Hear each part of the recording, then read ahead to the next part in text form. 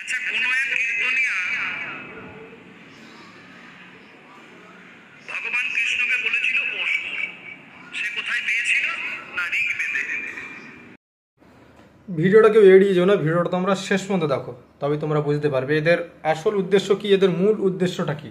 হ্যাঁ, তোমরা হয়তো জানো কিছুদিন আগে এদের যে অরিজিনাল পেজ আছে ফেসবুকে, সেখানে একটি পোস্ট ভাইরাল হয়েছিল। সেই পোস্টটা হয়তো তোমাদের এখানে শো করছে, তোমরা দেখতেই পাচ্ছ।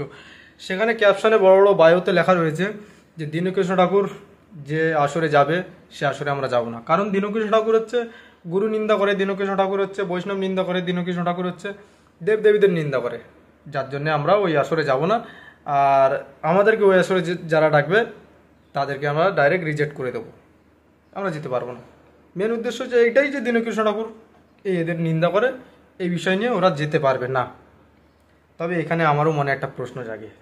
আমি মানলাম দীনকৃষ্ণ ঠাকুর তোমাদের গুরু নিন্দা করে, তোমাদের মানে বৈষ্ণবদের নিন্দা করে, তোমাদের মতো কিছু ভণ্ড কীর্তনেদের নিন্দা করে, তোমাদের মতো কিছু মূর্খ কীর্তনেদের মানে নিন্দা করে, কিছু ব্রাহ্মণদের নিন্দা করে, কিছু ভগবানদের নিন্দা করে।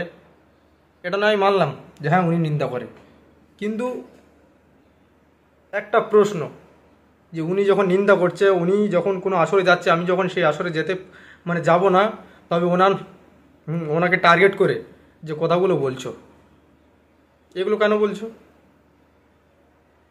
তোমরাই বলো। এবার তোমাদের ভাবাবেগে আঘাত লাগছে না, বা তোমাদের গুরু বৈষ্ণবদের যেসব অপমান করে সেগুলো এখন অনুভূতিতে জাগছে না? মানে মুখ দিয়ে নামটা নিতে গেলেই তোমাদের অসুবিধা, অথচ টার্গেট করে তোমরা বলছো। মানে মানুষ তো আজকাল বোকা, মানুষ বুঝতে পারবে না যে আমি কাকে বলছি। কোনো এক কীর্তনিয়া আসরে বলেছিল যে কৃষ্ণ আসুর। ভাবো তো, কে বলেছিল? দীনকৃষ্ণ ঠাকুরই বলেছিল, এবং তাকে টার্গেট করে বলছে। মানে দীনকৃষ্ণ ঠাকুরের নাম নেওয়াটা বড় অপরাধ, অথচ দীনকৃষ্ণ ঠাকুরের নামের হ্যাশট্যাগটা বড় বড় দেওয়াটা ওটা অপরাধ নয়। দীনকৃষ্ণ ঠাকুরের নামে কোনো বাজে কথা বলাটা ওটা কোনো অপরাধ নয়। দীনকৃষ্ণ ঠাকুরের নামে দিন রাত তাকে অপমান করা সেটা কোনো অপরাধ নয়। তাহলে ভাবতে পারছো তো, এদের শুধু একটাই উদ্দেশ্য, মানুষকে বোকা বানানো, মানুষকে কীভাবে দিনের পর দিন শাসিয়ে যাবে, এই ছাড়া কোনো উদ্দেশ্য নয়। এখান থেকে কিছু প্রমাণ তোমরা পেয়ে যেতে পারো। আরও বলছে যে দীনকৃষ্ণ ঠাকুর নাকি সংস্কৃতর কি একটা যেন বলছে, যাই হোক তোমরা হয়তো এখানে দেখতে পাবে। তো যাই হোক, তো কারণ আমার বাবা সংস্কৃতে পণ্ডিত, আমি বাবাকে বলেছিলাম, বাবা দেখো তো, বলে দুটো উচ্চারণ ভাষা ঠিক নাই, কি করে সংস্কৃতে পণ্ডিত হবে? ধরা পড়ে গেছে। তুমি এবং তোমার হ্যাঁ পিতা এতই যখন সংস্কৃতিতে প্রচুর শিক্ষিত, অবশ্যই তার সামনাসামনি হওয়া উচিত তোমাদের। তোমাদের মতন মানুষদের আমরা আজ খুঁজছি এই সমাজে। হ্যাঁ, তোমাদের মতন মানুষদের আজ আমরা খুঁজছি, কারণ তোমরা যখন সংস্কৃত সব কিছু জানো, তবে বসো না তার সামনে, তার সামনে বসে তাকে বলো যে তোমার কোন সংস্কৃতিতে ভুল আছে, তুমি এই কথাটা ভুল বলছো, বা এই কথাটা তুমি খারাপ বলছো, বুঝিয়ে দাও, ব্যাস হয়ে গেল সব কিছু সমাধান।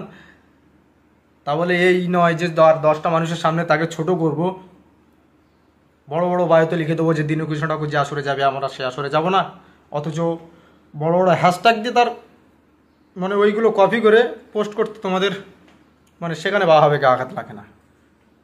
হ্যাঁ, মানে তুমি হ্যাশট্যাগ ইউজ করছো দীনকৃষ্ণ ঠাকুর, তুমি বায়োতে লিখে রেখে দিয়েছো দীনকৃষ্ণ ঠাকুর, তোমার চ্যানেলে যত যা মানে ভিডিও পপুলার হয়েছে সব কিছুই হচ্ছে দীনকৃষ্ণ ঠাকুর, অথচ দীনকৃষ্ণ ঠাকুর খারাপ।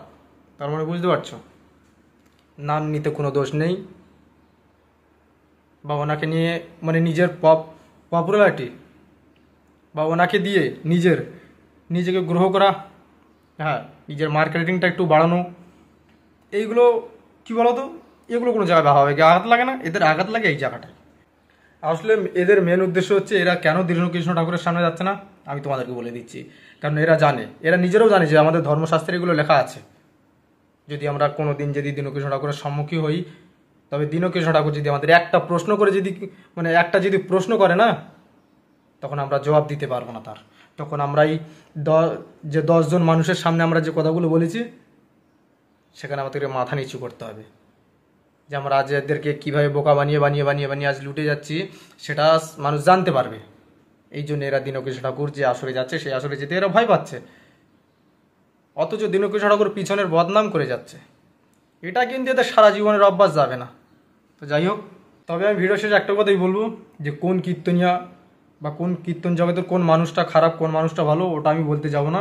কারণ এখানে একটা বিষয় আছে যে যাকে নিয়ে আমার অসুবিধা, হ্যাঁ আমি দেখছি যে আমার এই গুরু নিন্দা করছে, দেবদেবীদের নিন্দা করছে, আমার যেতে মানে আমি যেতে পারবো না তার আসরে, অথচ তাকে মানে তার নাম দিয়ে নাম কামানো এগুলো মানা যাবে না।